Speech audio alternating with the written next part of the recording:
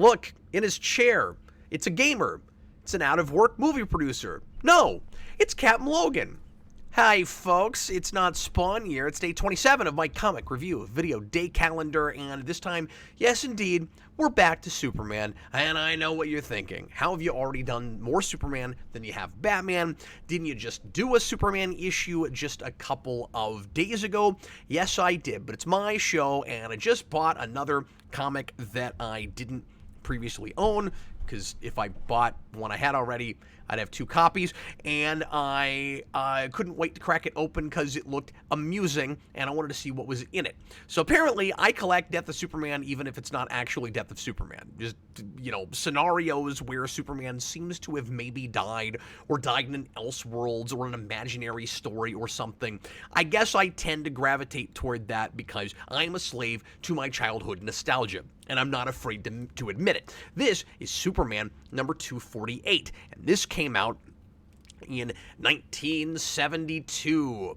I'm being really specific and meticulous about the date because I recently posted a review of a Swamp Thing issue on this program, and I said 2012. It came out in 1973. And the whole rest of the time I was talking about the 70s and how it came out in the 70s. And I don't know if it was just late at night and I was crazy delusional or if I've already done too many of these. I'm telling you, you can't have too much of a good thing, and I seem to have done that. So yeah, 2021, this came out. No, 1972, actually just a year before that Swamp Thing issue. Was it Journey into Fear or something? What was that book called? Fun Times with Fear with Swamp Thing. Fear was in the title. Anyway, this is another Death of Superman situation. And look, there's a statue on the front. There's quite a bit of iconography here and terminology and things that will... Apparently the world is ending upstairs. Just like this, apparently Lex Luthor has also destroyed all of the life inside of my house. Forgive me. I usually shoot this late at night when nobody's around, but all my kids are still up, and it's absolute pandemonium. I will totally at some point get into this issue. I promise. This was written by... Everyone is done. Everyone is unsubscribed. Nobody's watching the show anymore. This is written by Len Wein, the great Len Wein. I have always really appreciated his writing, with art by Kurt Swan. So powerhouse team here, and also Murphy Anderson, which is not a name that I immediately recognize, and so, once again, don't know where one begins and the other ends, but they're both working on pencils with this particular issue, and it's The Man Who Murdered the Earth, which sounds like a 1950s sci-fi B-movie, and I would watch that. I would watch The Man Who Murdered the Earth. So this is a Last Man on Earth scenario, as you might expect, as it might seem with this, but with a twist, where it's going to turn out, spoiler alert, nothing that it looks like has happened is as anything like as dire as it seems, and it has a big cop-out kind of ending. Absolutely. I picked this up kind of hoping, I mean, real fun, provocative cover, of course. This is what I would expect after the zombie apocalypse, the statue at Metropolis, Illinois would look like. And in fact, Superman's in the exact same pose that he is with that statue. I wasn't even thinking about that until just now, but I'm going to show you guys this real quick. Let me pull this up. And actually, the statue was just repainted, it looks like. I haven't been to Metropolis in a long time, so maybe it's been a few years, but it looks spectacular. And I knew that was going to happen, but they've done it, and it looks really neat. Anyway, everybody... bear with me a second. I'm not editing these, so you have to see all of my Googling. But anyway, look, check this out. Check this out. Here's the actual Superman statue in Metropolis, Illinois. Isn't it pretty? They've repainted it. It looks spectacular. I'm going to try to go there again in the next year or two for the Superman celebration. I've not been in maybe 7 or 8 years, and I used to go every year. But anyway, look, it's that statue. It's crazy. I mean, this hadn't even been erected yet, of course, in 1972. But it's like the same statue, but it's all destroyed. So This is very sad, but never fear, because this didn't actually happen. And I mean, I wish it did. I mean, not actually. I don't want Superman to die.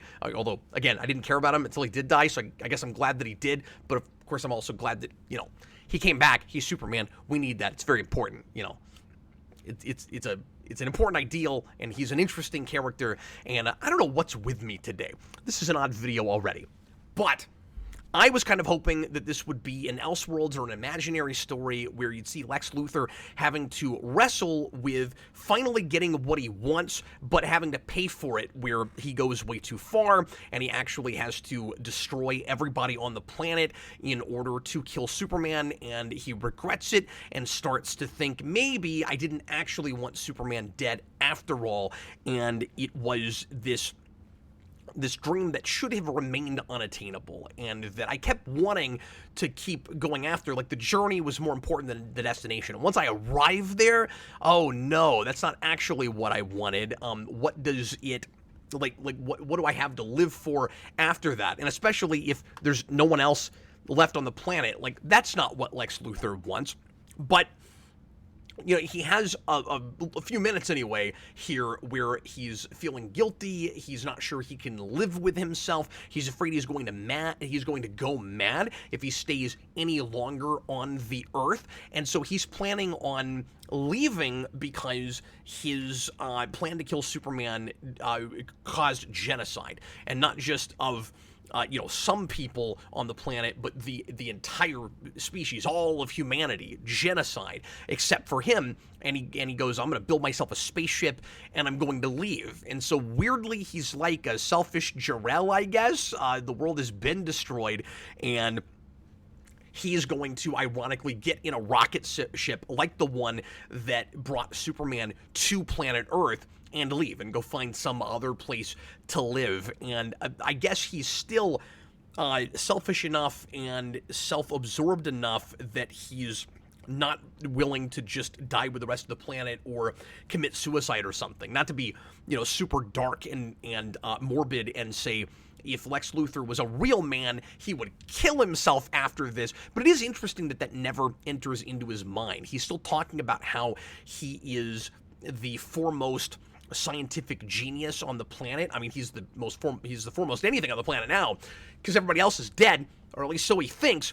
But he's still, thinking to himself, oh, I was the most brilliant mind on the planet. So, I mean, he's still really arrogant, an absolute narcissist. This hasn't really changed who he is. And I think if he went and found another planet of people to take over, or to, build himself up as a criminal mastermind or something, he would probably still do that. He's probably not guilty enough that it would really change his MO and the way he acts. I think there's a lot of Gene Hackman in this version of Lex Luthor, or I should say this kind of Lex Luthor.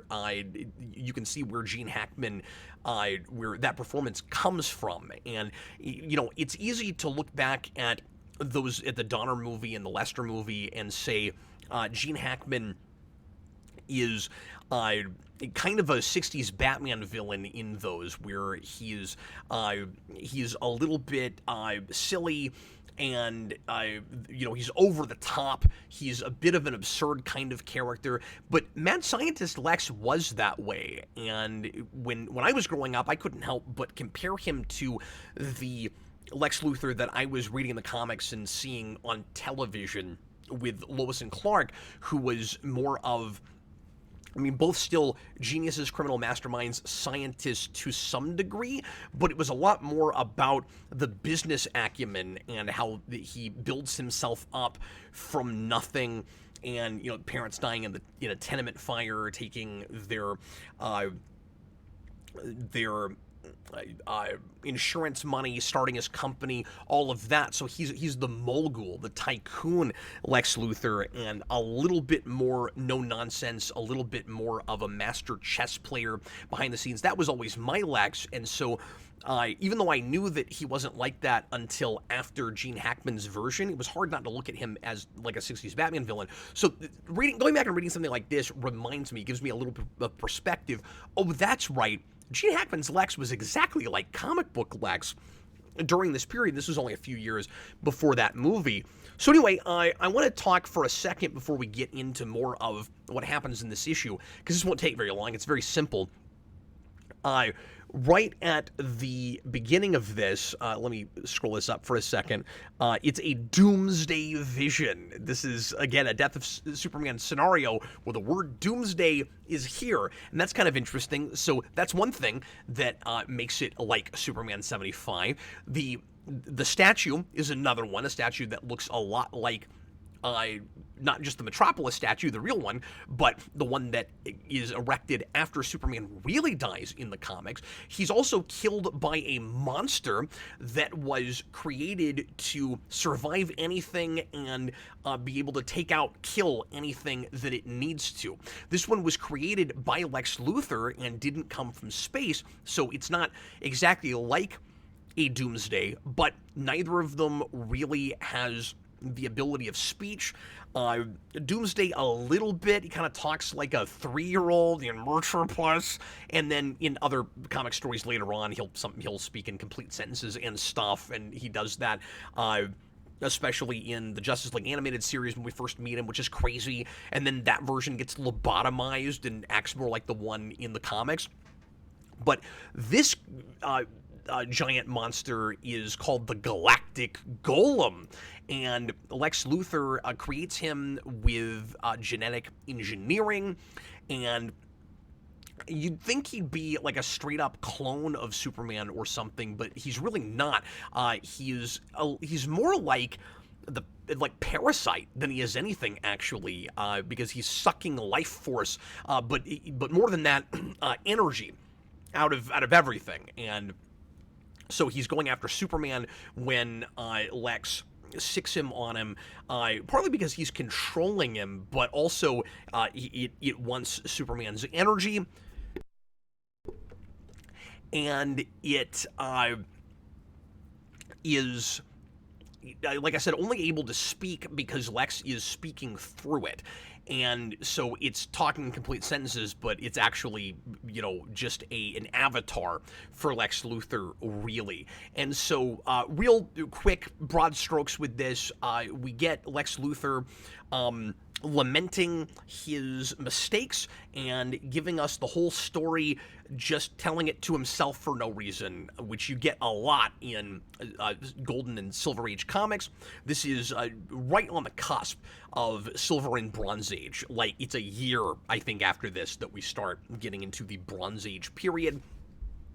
And so Lex just starts talking to himself, and he's like, I destroyed the world, and then let's flash back, and then here's all these horrible things I did, talking to nobody. I guess simultaneously keeping himself sane and also going crazier because he's so upset with himself for what he has ostensibly done. So he wants to destroy Superman for all the reasons Lex Luthor always wants to destroy Superman. He's his equal in power, even though it's more physical than mental. They've had this battle of wits for all of this time, and he wants to prove that he can destroy the most powerful man on Earth. And of course, Superman is also just too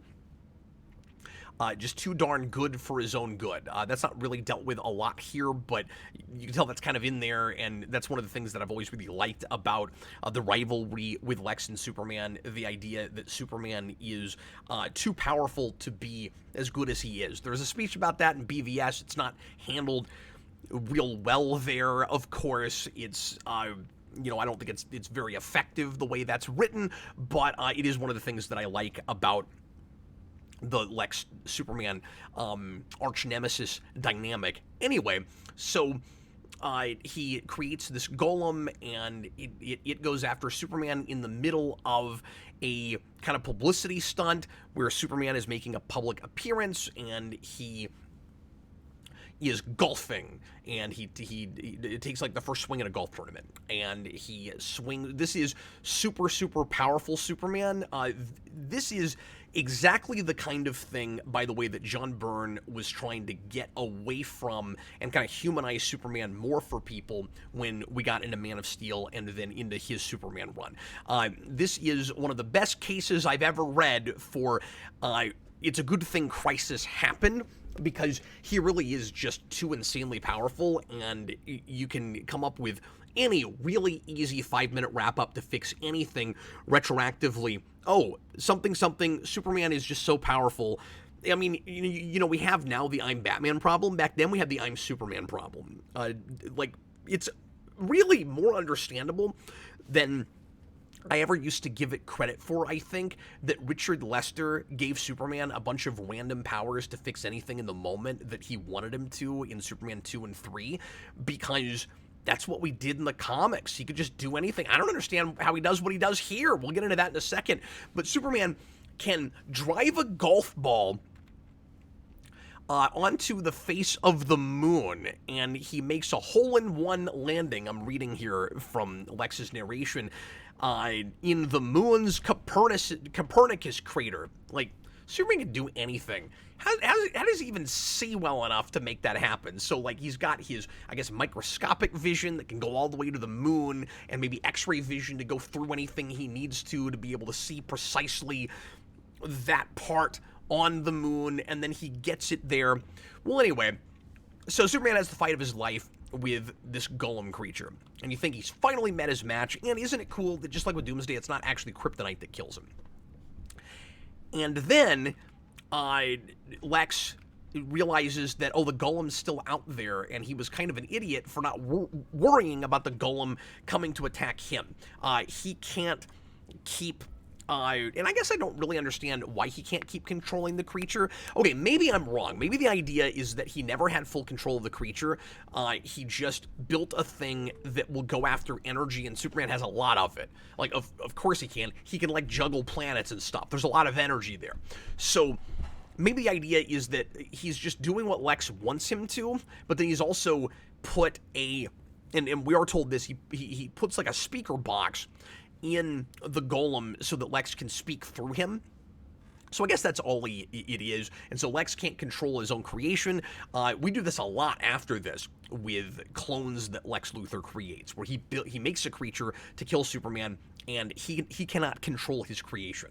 And the golem goes after Lex, and then very conveniently at the very last minute, Superman shows up. Superman, who we thought was dead. And immediately I go, oh, okay, this is not an imaginary story. And to be fair, it probably would say it was right at the beginning, but I was kind of expecting to get to the end of this and it would just be a one and done, and like maybe Superman would never really appear except for in flashbacks. It's kind of what I was hoping would happen. I guess I was hoping against hope for that. Just because, you know, again, I find it fun to read these what if Superman died kind of stories, world without Superman. What does it do to his arch nemesis? It's not that. Superman fights the golem and is able to finally defeat him. Now, he's a little bit weaker here, so for about 5 seconds, it seems like the stakes are a lot higher than they were before, because Superman can, you know, do anything. But then, there just happens to be this meteor swarm that was going through the galaxy that I don't think we've been told about before this. Maybe I missed something with that. But then Lex, to be fair, kind of helps Superman stop the golem. So I guess it's kind of nice that they have this kind of team up moment for a second. And so the golem, I guess it can fly now or jump really, really high. Goes after the meteor swarm because it's got a lot of energy, and it leaves. We just have to come up with some kind of, it's not important, we have to come up with some kind of contrivance to get rid of the big monster, and because Superman can't actually beat it. So I mean, at least he has some sort of limitations. That's good. So then, when it's all said and done, Superman, as always, says, "Oh, I'm going to take you to jail, Lex Luthor." And Lex is like, "Okay, but you owe me some kind of explanation. Like, I thought I killed everyone on the planet. I thought I was in like an I Am Legend situation." Speaking of playing golf, and also speaking of like Batman and Superman, because there's a reference to a Batman Superman movie that's never made that's in that. Anyway, Can you believe that apparently an I Am Legend 2 is finally being made? That's kind of weird. That might still end up happening. I don't think people really like that movie, but I digress. Okay, so at the end of this, Superman, in kind of a Scooby-Doo episode sort of way, explains everything that happened and how he is still alive and how Lex Luthor didn't actually kill everyone, and it's really absurd. Even for ultra-powerful Superman, I rolled my eyes into the back of my head and all the way back to the front again. So he goes, well, what I did was your creature is creating all of this radiation. So I used his radiation to augment my ability. Didn't know he could do this. Well, I guess I sort of knew he could do this, but my ability to vibrate really fast. And somehow, this is the part I didn't realize he could do. If I have enough extra radiation, and I guess this doesn't hurt anyone, I can vibrate across the entire planet and make every person phase into another dimension. Really? Like, if Flash did that with the Speed Force, I would cry foul less than Superman doing it. And that would be really super silly, too. But let's think about this for a minute. So Superman has the ability to just vibrate. Let's read this and make sure I'm right about this. How did you survive the explosion, says Lex Luthor. What happened to everyone on the face of the earth? Oh, that... just a little vanishing trick I pulled with the help of your golem. And he says, using the golem's own energy radiation to increase my vibrations. Yeah, that's what he did. I'm shifting everyone to a different dimensional plane. If I win this battle, I'll return them later. If not, well, I'd rather not think about that. And then he says he tried to punch the golem, and it missed. And then the force of his blow carried him into the same dimension that he intentionally put everybody else in. So first of all, it'd be pretty easy to wind up in some other dimension on accident, I would think, if this is a thing you could do. Although, there's no real internal logic to this, so who knows, whatever. We just kind of said a thing. We threw a dart and said, yeah, something phasing in other dimensions. Gotta have some explanation, right? He pulled it out of his cosmic utility belt, essentially. B... I would think that it would be difficult to know that you could even come back from that, to know exactly where your dimension lies in the scheme of things, and see what's with the timing. That he, like, why did he wait?